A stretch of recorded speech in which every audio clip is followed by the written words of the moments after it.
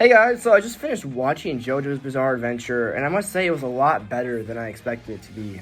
The fight scenes, characters, lineage story, and the art style, alright? The art style. They're so amazing. I love drawing stuff and JoJo's art style so much. Araki's art style is so unique, and I know a lot of people don't want to give JoJo's Bizarre Adventure a chance because it's so different, but in my opinion, that uniqueness is a big part of what makes JoJo's Bizarre Adventure special. Compared to other mangakas, Araki puts so much more detail into his characters and backgrounds in order to make them seem more lifelike. It truly shows how much he cares for his work, the fact that he's going above and beyond what other mangakas do to create his story to the best of his ability. Honestly, watching the show has truly been a golden experience made in heaven. Now, aside from the art style, the show itself is pretty fire. I'm not going to give you a summary of it because you've probably already watched it or hopefully plan to watch it after this video, so remember, watch JoJo's if you haven't, alright?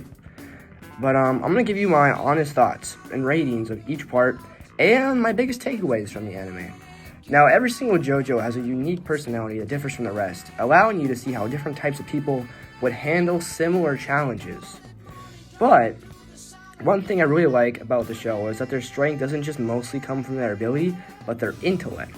The JoJos often are put in bizarre situations that seem impossible to escape from, but they end up overcoming the trial not because of how strong their ability is, but because of how they use it. Yeah, sure, plot armor exists every now and then, but for the most part, it's the character's intellect that saves them from dying each episode.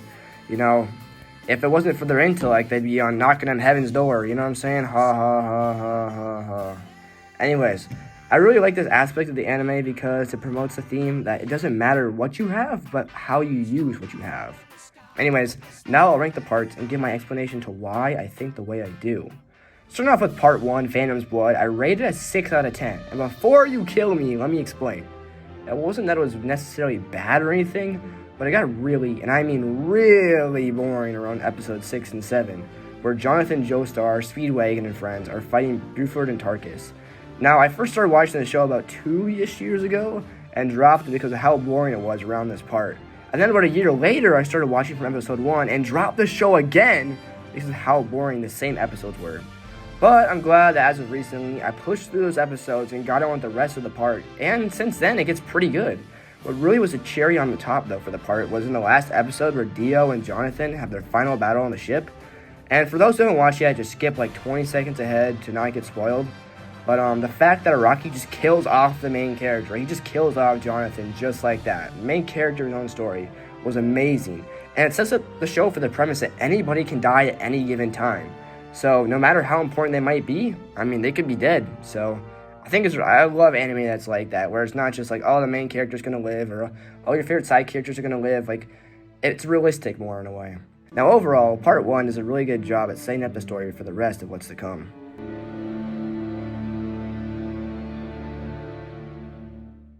And part 2, Battle Tendency, is probably my favorite part to watch. Definitely a 9.5 out of 10. There's not much to explain because I bet you all agree that it was super entertaining to watch. I mean, Joseph is probably the most charismatic JoJo we get to see, and we get to see a lot of comedy in this part because of that. You also get to see more of how to effectively train your Hammond and the payoff that it has. I mean, it's really cool. We get to see just how it's developed, more of where it comes from, and the cool abilities that you can get from it. And then the main characters, the side characters, and the villains were all peak. Peak story, peak part, peak everything, absolute cinema. Now, part 3, Stardust Crusaders, completely changes the rest of the JoJoverse for all time with the introduction of stands. They come out of completely nowhere, and Hammond seems to mostly just disappear, except for old Joseph Joestar using it once or twice. Now, Stardust Crusaders is a decently long arc with plenty of comedic scenes, fight scenes, and amazing characters. A lot of people might just argue that a lot of the side villains that Jotaro and his squad fight are just filler for the story, but I don't think so. The seemingly tedious fights go to show the reason for why it took so long for Jotaro and the others to get to Egypt, and it goes to show Dio's power and authority in the world upon reawakening. Sure, that part drags certain scenes on longer than they need to be, but they're still entertaining to watch nonetheless. And yes, there were a few plot holes in this part that were not patched up nicely, but whatever, I guess. Maybe in the manga it explains things better compared to the anime, but I'm not sure. I haven't read it yet, so yeah. Either way, part 3 was amazing, and at least if you were wondering what the future of the JoJoverse is going to be now that Dio is gone. Part 3 was a solid 20 out of 10. Now part 4, Diamond is Unbreakable, It was a very interesting story to say the least. The entire part felt like a very weird fever dream until the very end. The general plot would be that Jotaro or Josuke would find someone causing problems or abusing their stand power on Morio and beat the heck out of them, somehow convincing them to change to become a decent person. Now don't get me wrong, I loved watching every episode of this part. It was super hilarious, it was a nice change of pace from the previous story, where the fate of the world will be on the line.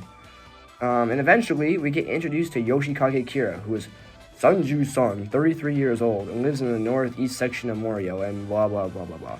Basically, the seemingly ordinary businessman who's actually a creepy serial killer with a hand fetish. Kira-san, Killer Queen, or Deadly Queen based on your translation of it, has multiple different abilities and further shows how remote stands and stands with special abilities like the World work. The part ends off on a good note, and it feels like a fitting end for the story. And I have to say, I really love this part. It was awesome. I rated it an 8 out of 10. Part 5, Golden Wind, breaks off from the lineage of the JoJo's and shines in the spotlight on Dio's son, Giorno Giovanna. If you want to get technical about it, Giorno is still technically a Joestar because he was made from a Joestar body and genes that Dio obtained. Anyways, at this point, it's crazy to watch Giorno fight stand-building syndicate thugs away from the previous locations and characters in the story, especially when JoJo's used to be about fighting vampires with your natural body's energy. Like, what the heck? And now it's just changed, it's so different. But anyways, overall, the stands in this part are very unique and fun to watch how they operate. However, the main villain, Diavolo's stand, King Crimson, is a confusing stand to wrap your head around, but as a friend told me, it can be best described as like the fast-forward seeking button on TV remote. Part 5 also introduces Requiem versions of stands, as we can see with Silver Chariot and Golden Experience. These are super amped up and extreme versions of one stand, and in some cases completely changes their ability. However, Part 5 is the only time we get to see these Requiem stands, so it sucks that Araki introduces these to the JoJo-verse, just never bring them back again. Also don't on me, because if I'm wrong that we see these in Part 7, 8, and 9 in the manga, but like if they're in the manga, as I stated earlier, I haven't read it yet, so, maybe they are, I don't know yet. Anyways, I rate Part 5 a solid 7.5 out of 10, because it's very funny and entertaining, but can be long at times and has a few larger plot holes. Moving on to the last part, Part 6, Stone Ocean, a Netflix freaking exclusive. You do not know how annoying it was trying to pirate the show on the internet and watch it consistently after enjoying the comfortability of Crunchyroll's interface.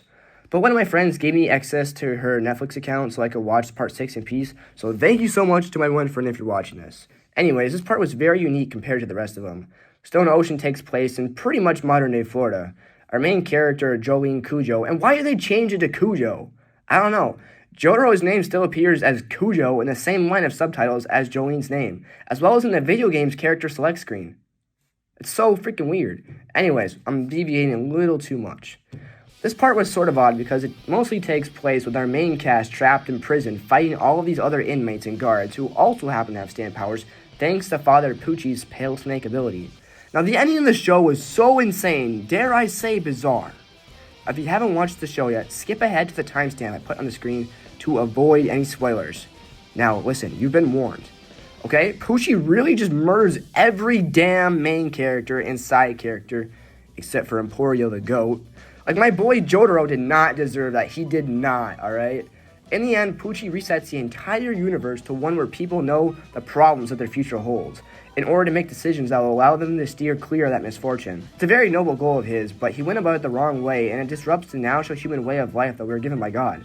A life where we know the future is not reality and would take away part of what makes us human. In addition, just because humanity would avoid making certain bad choices, that doesn't mean that their alternative choices in response to that wouldn't be equally bad, if not worse, than the original. In the end, Emporio gets Pucci to insert Weather Report stand into his head, and he uses it to defeat Pucci and undo the effects of his stand. Although, as Pucci states, those who have died cannot come back in the new universe, so Jolene and the squad come back not as the same people as they once were. While Pucci had his stand effect active, Jolene and the rest of them died, and since that effect was reversed, Jolene and the gang came back, but they couldn't come back as their original universe's self because the rule attached to Made in Heaven, Pucci's stand. We see in the special conclusionary outro that all of the other parts remain the same, with all the characters and silhouettes featuring the same outcomes that we've watched prior, except for Part 6, showcasing the new universe's ending in the outro. This leads me to believe that only Part 6's reality was changed in the new universe, and the only events that differed were those of all the humans that died while Poochie's team was active. It's just my theory and a running idea, but please feel free to correct me without any spoilers in the comments, or let me know your own theories. Anyways, all in all, I rate part 6 a 7 out of 10 for having a crazy ending, although the rest of the story was a bit boring at times. Alright, now for my final thoughts on JoJo's Bizarre Adventure, and I'm just redoing the end of the video here because of the crazy news that dropped today. Currently, it is JoJo's Day, as you guys probably know if you're watching this today, and Steel Ball Run, the anime, finally the teaser trailer came out, and it says that it's coming soon, so honestly, so hyped for that. I've only read a few chapters of the manga, though I think it's pretty good so far. And yeah, I mean, it's crazy because the first chapter came out like 20 years ago, and now we're finally getting the anime, and we still don't even have the English translation of the manga, right? Although I'm pretty sure I saw that's coming out in stores in May, so stay tuned for that. But yeah, I mean, if you guys have read the manga already for parts 7, 8, and 9, stand proud because you're a real one for that. But yeah, my final thoughts are just, I think it's a great anime. If you're just getting into it, around episode 7, 8, and 9, when you have that battle I talked about, it gets a little bit boring, but I promise you, just push through it, and it's going to be so good. It's good before that, and it's good after that. It's just amazing, right? So yeah, I rate about a 9 out of 10. There's a few plot holes that are there, but they don't really impact the story too much. It's a really great show. It's a fun watch. A lot of action going on. So yeah, make sure you go check it out right after this video, okay? But yeah, thank you guys so much for watching. Please like and subscribe, and let me know your own thoughts and opinions down below in the comments. I want to hear what you have to say and get kind of the community's opinion on everything. But yeah, and just remember that God loves you. He has a purpose and a plan for your life. And, you know, just stay blessed and keep on living happy, all right? I'll see you guys in the next one. Have a great rest of your day, and thank you so much.